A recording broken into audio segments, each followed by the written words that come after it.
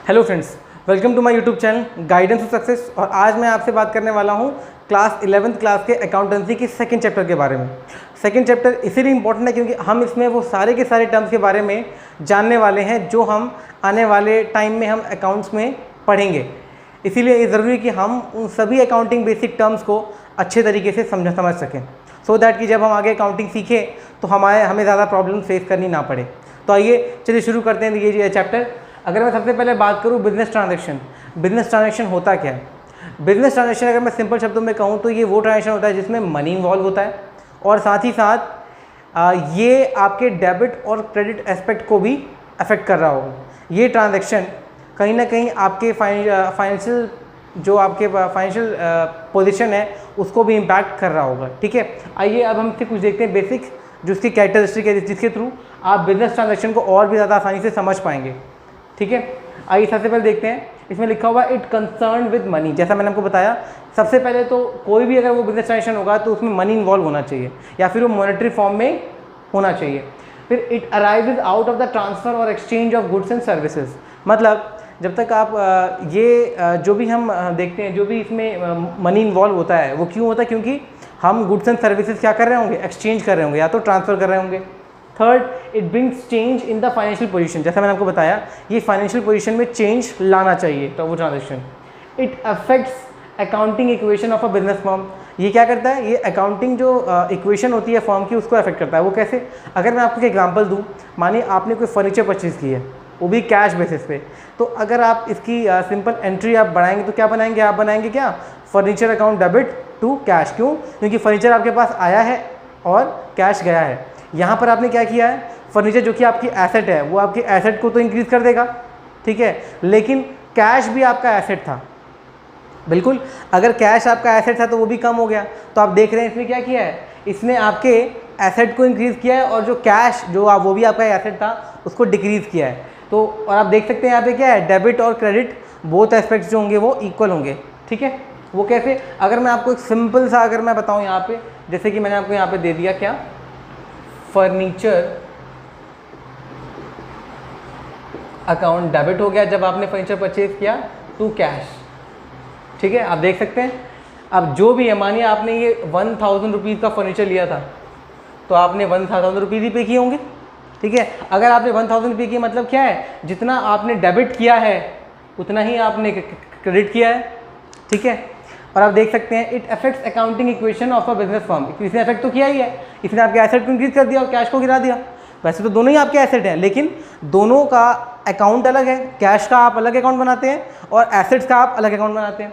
ठीक है, फिर बात करते हैं dual aspect, debit and credit. आप देख सकते हैं एक साइड आपका क्या किया था मैंने, डेबिट, और एक आपका किया है मैंने क्रेडिट। तो ये क्या कर रहा है, ये दो जो एस्पेक्ट्स होते हैं उनको अफेक्ट कर रहा होगा, तभी वो आपका क्या होगा, एक बिजनेस ट्रांजैक्शन कहलाएगा। ठीक है, आइए अब सेकेंड चीज़ देखते हैं, अकाउंट क्या होता है?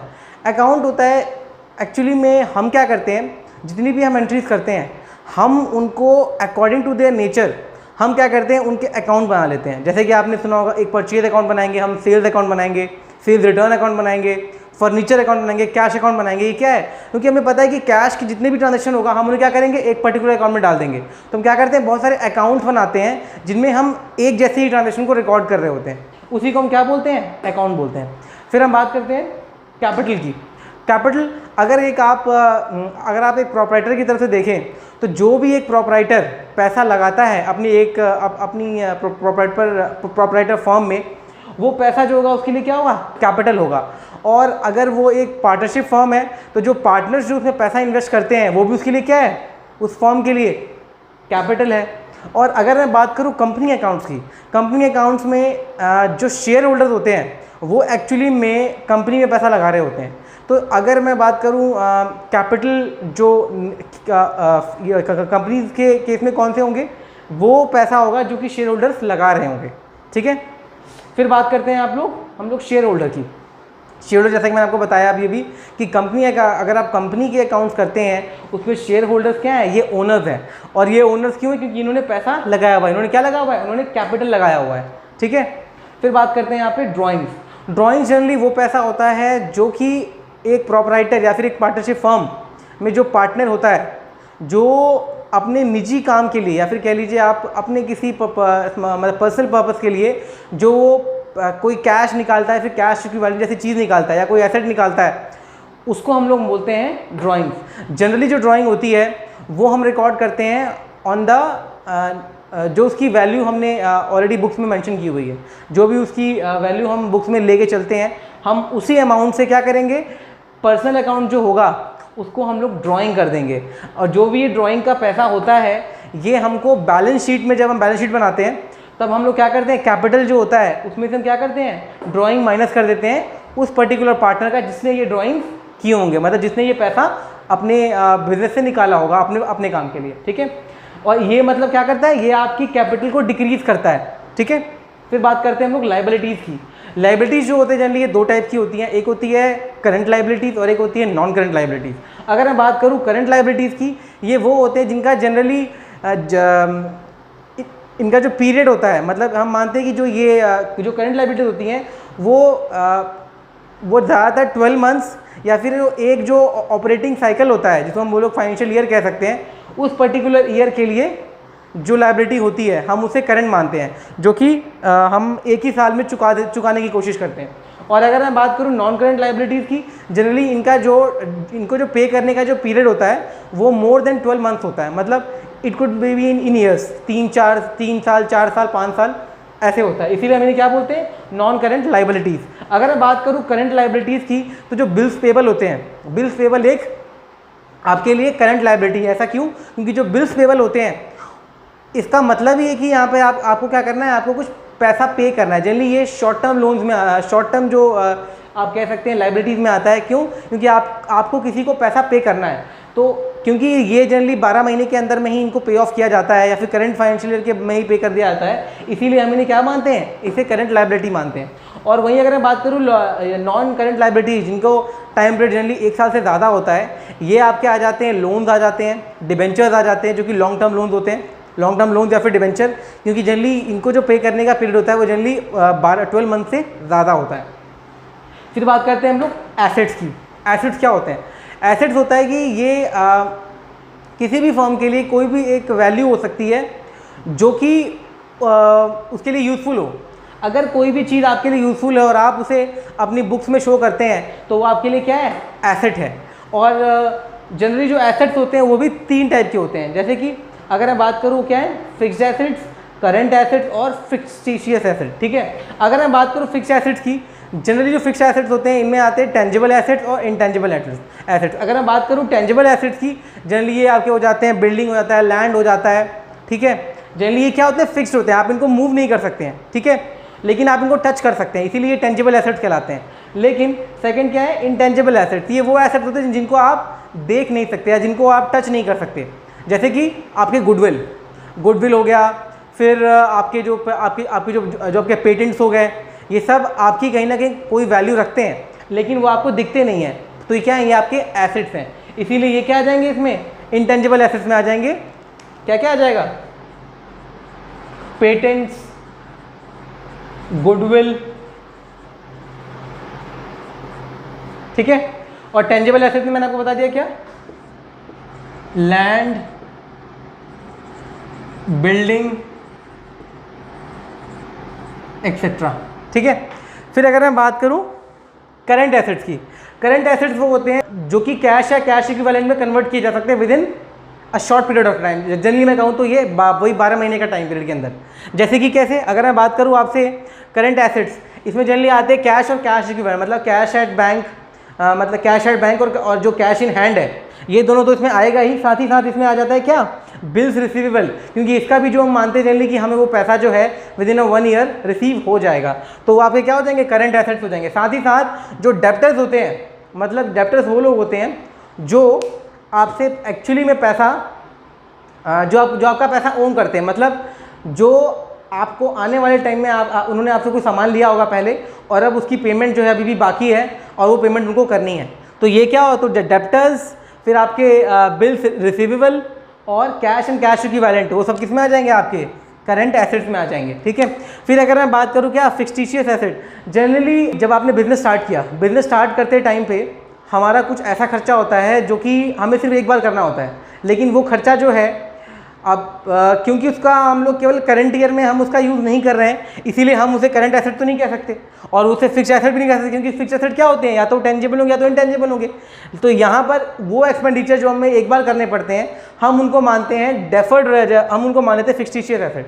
जैसा कि आपका आ जाएगा क्या, डेफर्ड रेवेन्यू एक्सपेंडिचर, जो कि आपने स्टार्टिंग में एक बार कर दिया है, लेकिन अब आपको दोबारा करने की ज़रूरत नहीं पड़ेगी। ठीक है, उसके अलावा ये फिक्टिशियस एसेट में आपके आ जाते हैं जो आपने एडवर्टीजमेंट किया है, क्योंकि एडवर्टीजमेंट में पैसा आपने लगा दिया है, लेकिन ना तो आपको दिखा तो तो एडवर्टीजमेंट जो आपने पैसा खर्च किया है, डेफिनेटली उससे क्या होगा, आपकी जो मार्केट में वैल्यू है वो भी इंप्रूव होगी, तो कहीं ना कहीं वो आपके लिए क्या है, एसेट है, तो वो आ जाता है आपका फिक्टिशियस एसेट्स में। फिर बात करते हैं हम लोग रिसिप्ट्स की।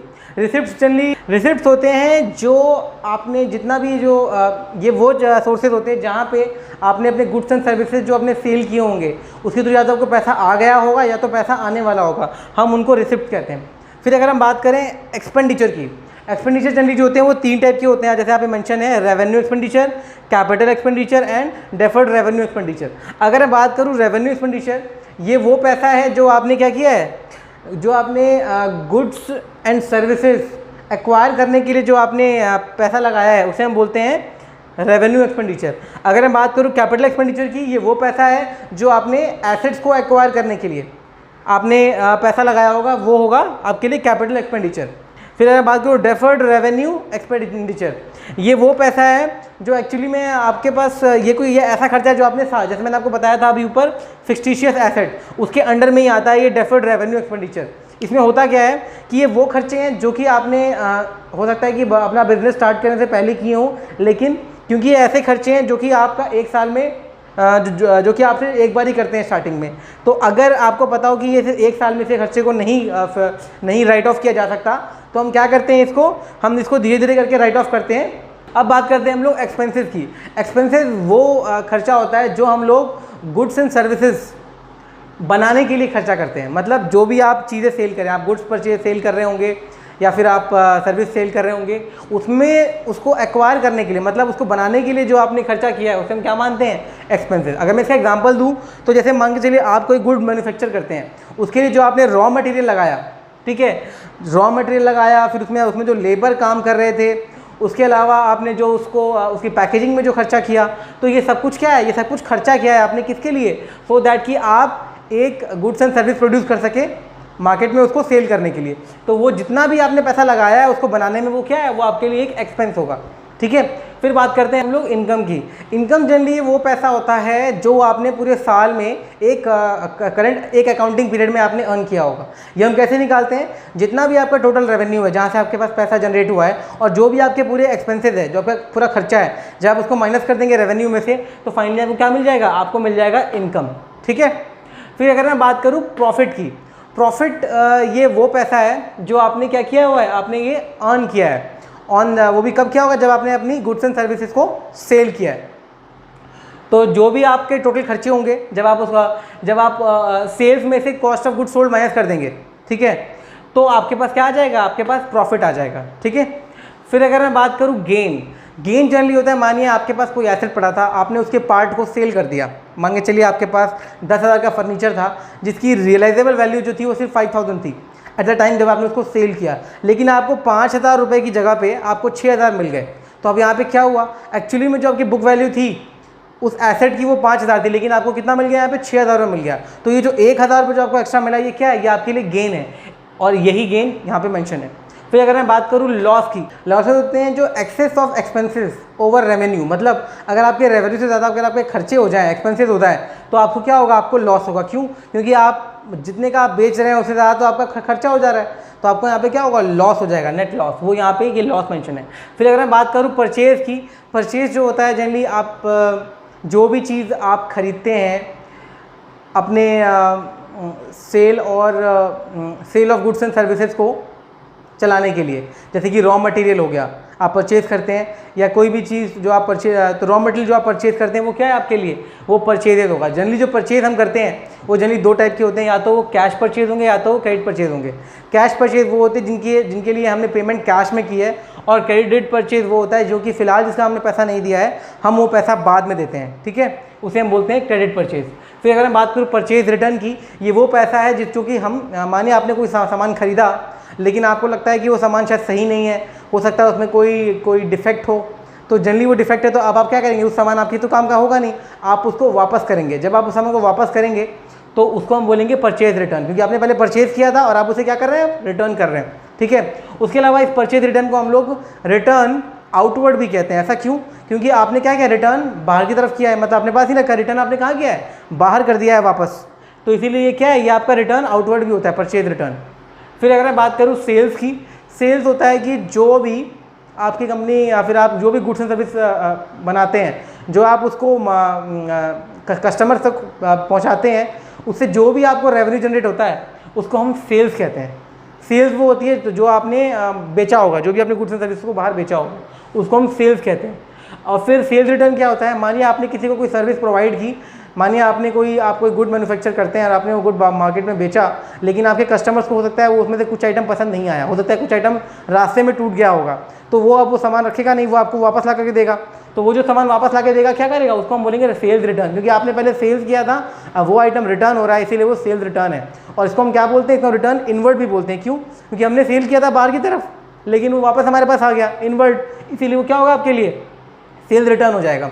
फिर अगर मैं बात करूँ रेवेन्यू फ्रॉम ऑपरेशन, जनरली ये वो रेवेन्यू फ्रॉम ऑपरेशन वो रेवेन्यू होता है जो कि आप नॉर्मल जो आप गुड्स एंड सर्विसेज जो आप सेल करते हैं उससे होता है, उसको हम लोग बोलते हैं रेवेन्यू फ्रॉम ऑपरेशन। ठीक है, फिर हम बात करते हैं गुड्स, इसको हम लोग जनरली अगर मैं बात करूँ रेवेन्यू फ्रॉम ऑपरेशन, जो भी आप डे टू डे में जो बिजनेस करते हैं, जो आप गुड्स एंड सर्विसेज बेचते हैं, उससे जो आपको रेवेन्यू जनरेट होता है उसको हम ऑपरेशन कहते हैं, रेवेन्यू फ्रॉम ऑपरेशन कहते हैं। फिर बात करते हैं गुड्स की।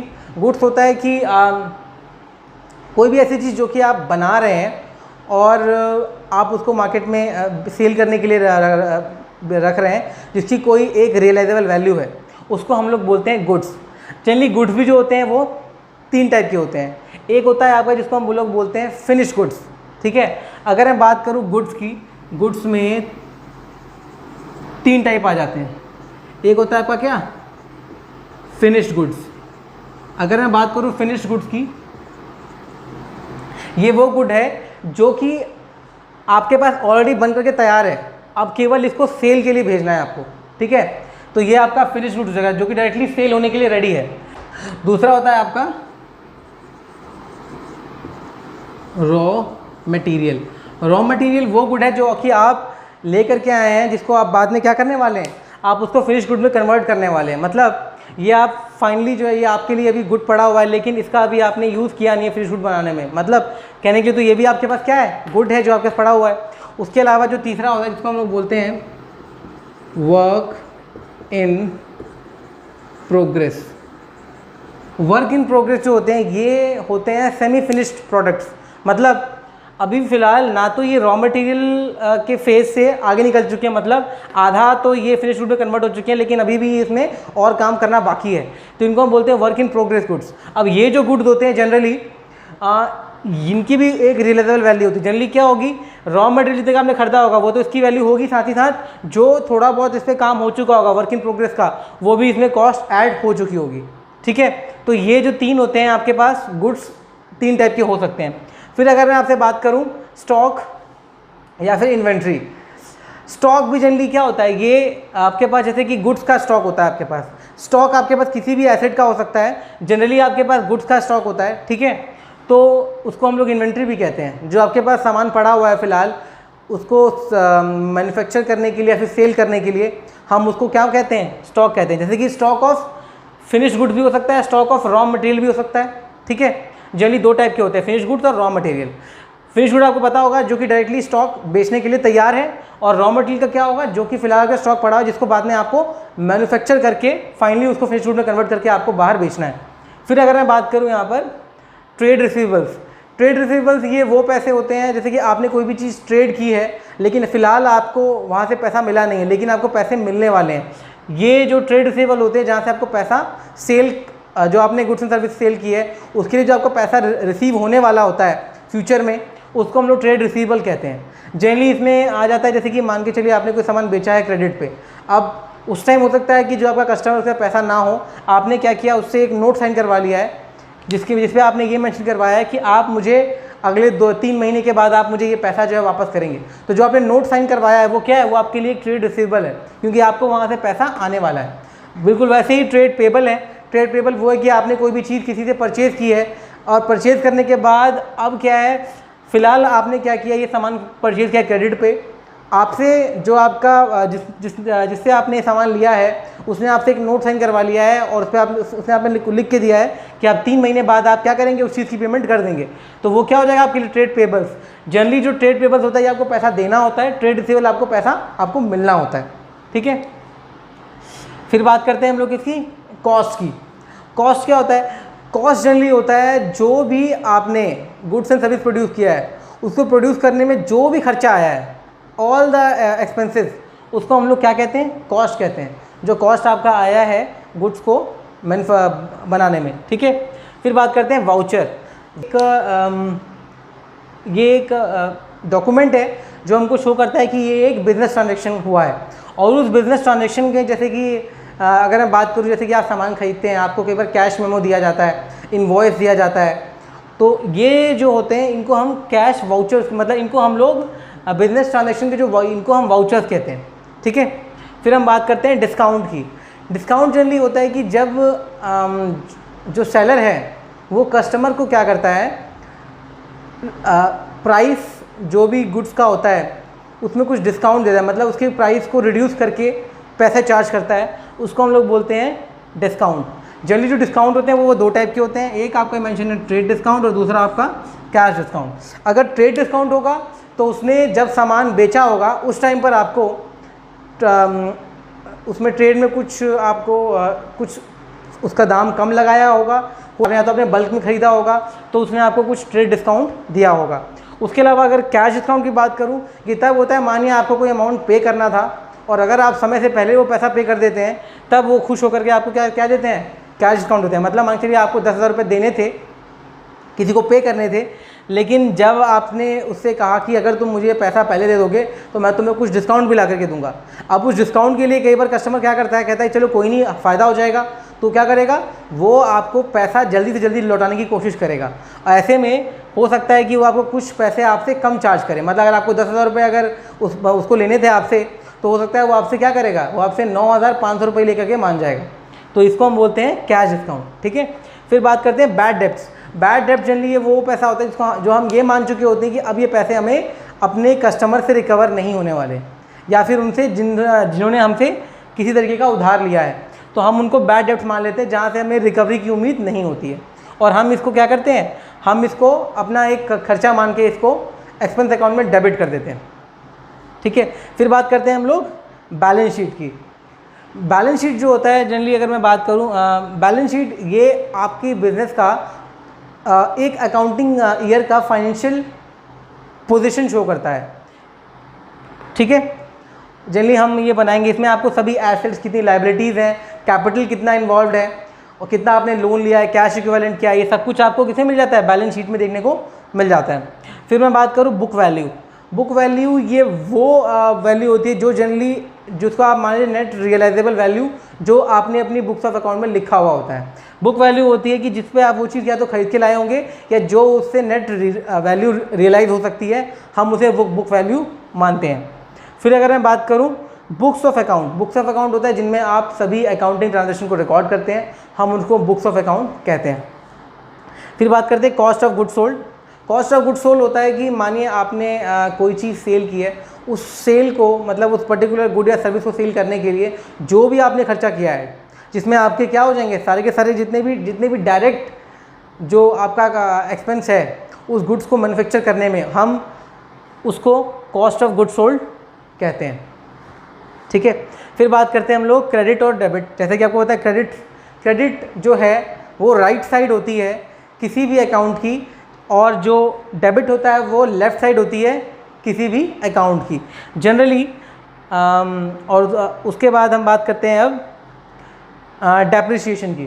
ठीक है, डेप्रिसिएशन होता है कि जो अगर मान के चलिए आपके पास कोई एसेट है, उस एसेट की वैल्यू में डिक्रीज़ या तो ड्यू टू टाइम या तो ड्यू टू ऑब्सोलेंसी जो आती है, हम उसको डेप्रिसिएशन मानते हैं। जनरली हम हर साल डेप्रिसिएशन चार्ज करते हैं अपने फिक्स एसेट्स पे, वो इसीलिए क्योंकि हमें पता है कि साल दर साल हमारे एसेट्स की जो वैल्यू है वो डिक्रीज़ होती रहती है। तो हम क्या करते हैं, डेप्रिसिएशन चार्ज करते हैं। हम ये मान लेते हैं कि अगर कोई भी हमारे पास एसेट है तो उसकी नेट रियलाइजेबल वैल्यू नेट वो मतलब वो कितने सालों तक आपका वो जो एसेट है वो काम करेगा, उसके हिसाब से हम उसकी जो वैल्यू है हम उसको डेप्रिशिएट करते रहते हैं हर साल। ये ज़रूरी होता है सो दैट कि आपको एक लगभग एक्चुअल एसेट की जो वैल्यू है आपको टाइम टू टाइम पता चलते रहे। फिर हम बात करते हैं एंटिटी। एंटिटी हो सकती है, अगर मैं बात करूँ, कोई भी पार्टनरशिप फर्म, कोई भी प्रोप्राइटरी फर्म और कोई भी कंपनी, ये सब के सब एंटिटी के अंदर में आती है। एंटिटी वो होती है कि वो ऑर्गेनाइजेशन कह लीजिए आप, या वो इंस्टीट्यूशन जो कि बिजनेस ट्रांजैक्शंस करती हैं, जो कि बिजनेस में डीलिंग करती हैं, ठीक है, उनको हम लोग एंटिटी बोलते हैं। फिर अगर मैं बात करूँ एंट्री की, एंट्री होती है जब कभी भी आप किसी भी बिजनेस ट्रांजैक्शन जब आप रिकॉर्ड करते हैं तो उसकी रिकॉर्ड हम जनरली उसे जर्नल एंट्रीज में करते हैं, हम उसको एंट्रीज बोलते हैं, एंट्री करना कहते हैं। फिर अगर मैं बात करूँ इंसॉल्वेंट, इंसॉल्वेंट हम कहते हैं जब जो फर्म है या जो पार्टनरशिप फर्म में जो पार्टनर्स होते हैं, जब वो इंसॉल्वेंट हो जाते हैं, जब वो अपने डेब्ट्स को पे नहीं कर पाते, मतलब जो उनके पास लोन्स है, लाइबिलिटीज़ हैं जो उनकी, अगर अपनी लाइबिलिटीज़ को पे नहीं कर पाते, उस सिचुएशन को हम लोग क्या बोलते हैं, इंसॉल्वेंट हो जाना। अपने एसेट्स को बेच के भी जो उनको पे ऑफ नहीं कर पाते, उनको हम लोग इंसॉल्वेंट कहते हैं। फिर हम बात करते हैं प्रोपराइटर को।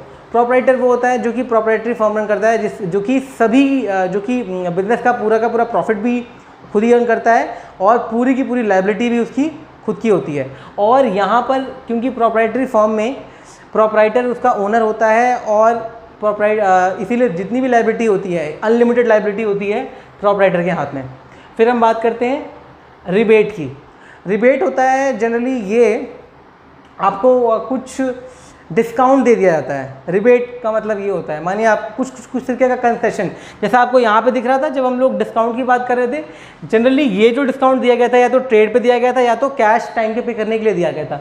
लेकिन जो रिबेट होता है जनरली वो किसी और रीज़न से दिया जाता है, ना कि इन रीज़न की वजह से नहीं दिया जाता। फिर अगर मैं बात करूँ सॉल्वेंट, सॉल्वेंट वो होते हैं जो कि अपने एसेट्स जो कि अपने डेब्ट्स को पे करने के लिए समर्थ हैं, मतलब जिनके पास फाइनेंशियली वो इतने स्टेबल हैं कि वो अपने सभी डेब्ट्स को पे ऑफ कर सके, उसको बोलते हैं हम लोग सॉल्वेंट। और फिर अगर मैं बात करूँ फाइनेंशियल स्टेटमेंट और या फिर फाइनल अकाउंट्स, फाइनेंशियल स्टेटमेंट में आपके आ जाते हैं trading account, profit and loss account और बैलेंस शीट। जनरली हम इन्हीं को फाइनेंशियल स्टेटमेंट्स मानते हैं, ठीक है। फिर थैंक यू। अगर आपको मेरा लेक्चर पसंद आया हो तो प्लीज़ लाइक करें, सब्सक्राइब करें और कमेंट करें। If you have any query related to accounts और economics, you can comment in the video. Apart from that, you can also message me on the number which is shown on your screen. Thank you.